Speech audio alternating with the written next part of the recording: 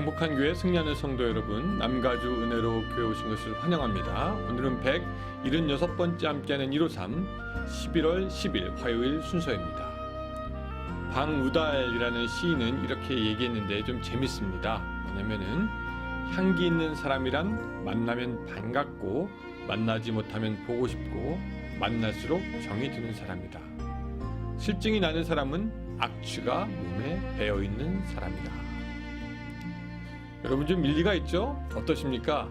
여러분 사람들이 여러분들을 만나기 좋아하는 것 같습니까? 아니면 여러분들을 만나고 싶어하지 않는 것 같습니까?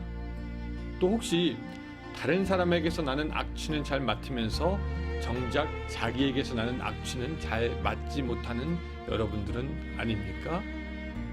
여러분 성경은 이에 대해서 우리가 어떻게 해야 될지 굉장히 명확하게 말씀하여 주고 있습니다.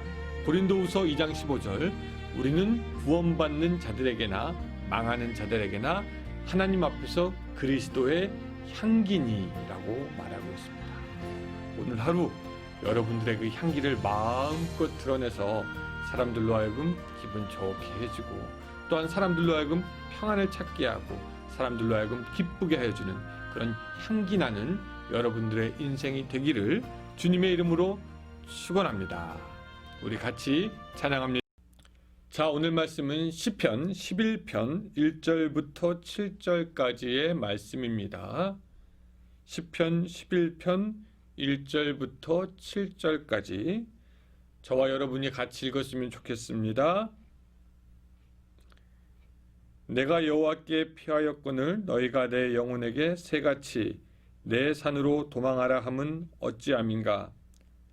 악인이 활을 당기고 화살을 시위에 먹이며 마음이 바른 자를 어두운 데서 쏘려 하는도다. 터가 무너지면 의인이 무엇을 하랴. 여호와께서는 그의 성전에 계시고 여호와의 보좌는 하늘에 있으며 그의 눈이 인생을 통촉하시고 그의 안목이 그들을 감찰하시는도다. 여호와는 의인을 감찰하시고 악인과 폭력을 좋아하는 자를 마음에 미워하시는도다. 악인에게 그물을 던지시리니 불과 유황과 태우는 바람이 그들의 잔에 소득이 되리로다. 여호와는 의로우사 의로운 일을 좋아하시나니 정직한 자는 그의 얼굴을 배우리이다. 아멘. 괴테라는 사람 여러분 아시죠? 이 괴테가 건축은 동결된 음악이다 뭐 이런 말을 했다고 합니다. 아마도 이 건축이라는 것이 마치 교향곡 같아서 교향악단 같아서 모든 것이 다 함께 조화를 잘 이루어야지 균형 잡히고 아름다운 건물을 세울 수 있기에 아마 그런 말을 한 것 같습니다.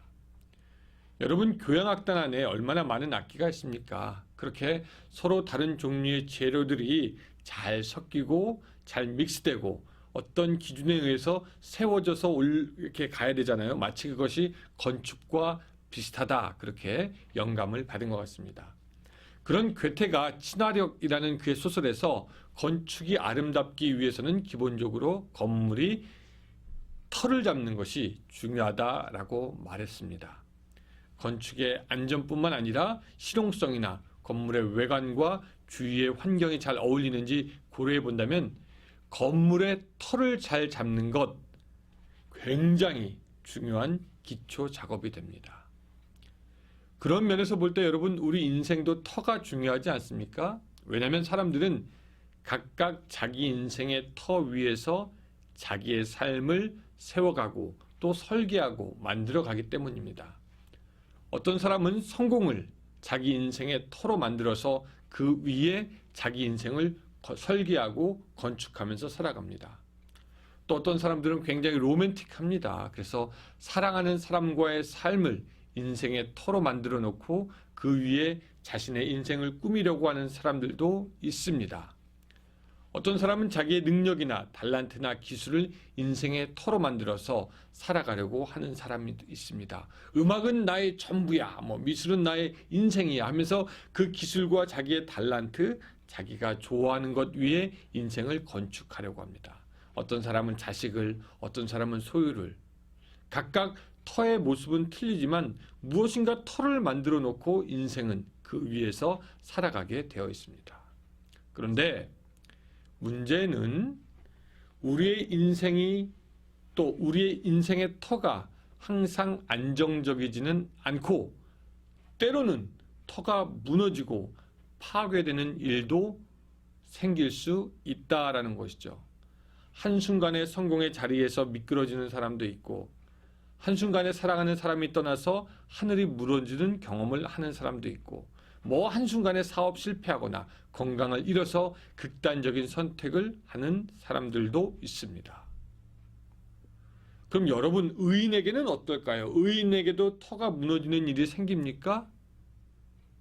예, 터가 무너지는 경험은 의인이든지 아니든지 또 악인이든지 아니든지 어쩌면 우리 인간들 모두가 우리 인생 가운데 한 번 혹은 두 번 또 많은 사람들은 그 많은 대로 만나게 되는 경험인 줄로 압니다. 아마 여러분들도 여러분들 그 인생의 터가 무너지는 경험이 아마 있으셨을 줄로 압니다.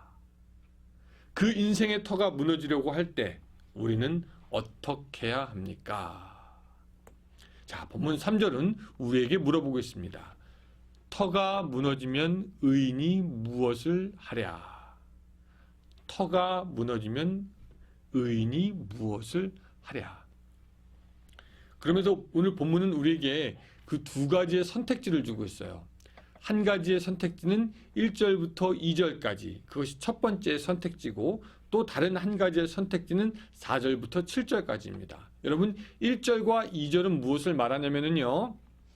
이런 말씀이에요. 새같이 산으로 도망가라. 세상의 충고죠. 악인들이 노리고 악인들이 해하려고 하니까 도망가라. 현실을 피해라. 너 마음대로 해라. 산으로 가라. 우리에게 별로 도움이 안 되는 답안입니다. 여러분 두 번째 답안은 뭐냐면 4절부터 7절까지 아까 말씀드린 대로인데요. 다시 한번 읽어보면 이렇습니다. 여호와는 그의 성전에 계시고 여호와의 보좌는 하늘에 있으며 그의 눈이 인생을 통촉하시고 그의 안목이 그들을 감찰하시는도다.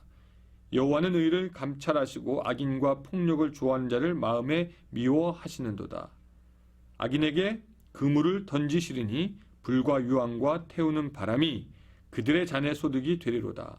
여호와는 의로우사 의로운 일을 좋아하시나니 정직한 자는 그의 얼굴을 배우리이다. 라고 우리에게 말씀하고 있습니다. 자, 이게 무슨 얘기입니까?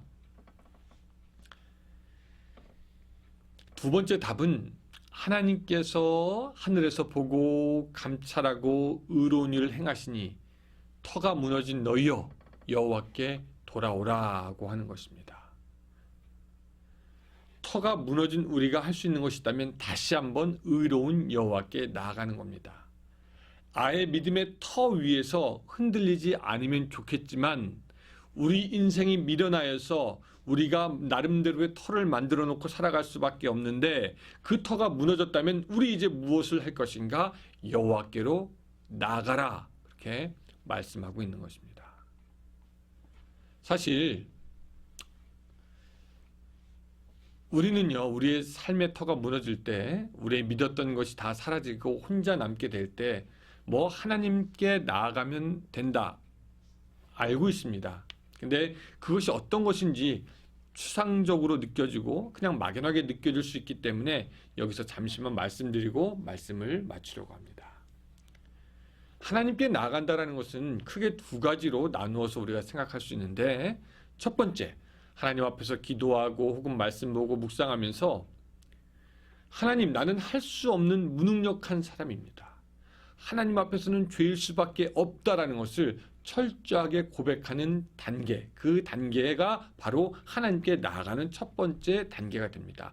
하나님, 저는 할 수 없습니다. 하나님, 저는 못합니다. 저는 그냥 죄인입니다. 그냥 하나님의 긍휼이 필요한 사람입니다. 라고 하면서 마치 베드로가 물속에 빠졌을 때 주님께 도움을 구했던 그처럼 하나님, 그냥 주님, 주님이 도움이 필요합니다. 라고 고백하는 것이 하나님께 나아가는 첫 번째 단계가 되겠습니다.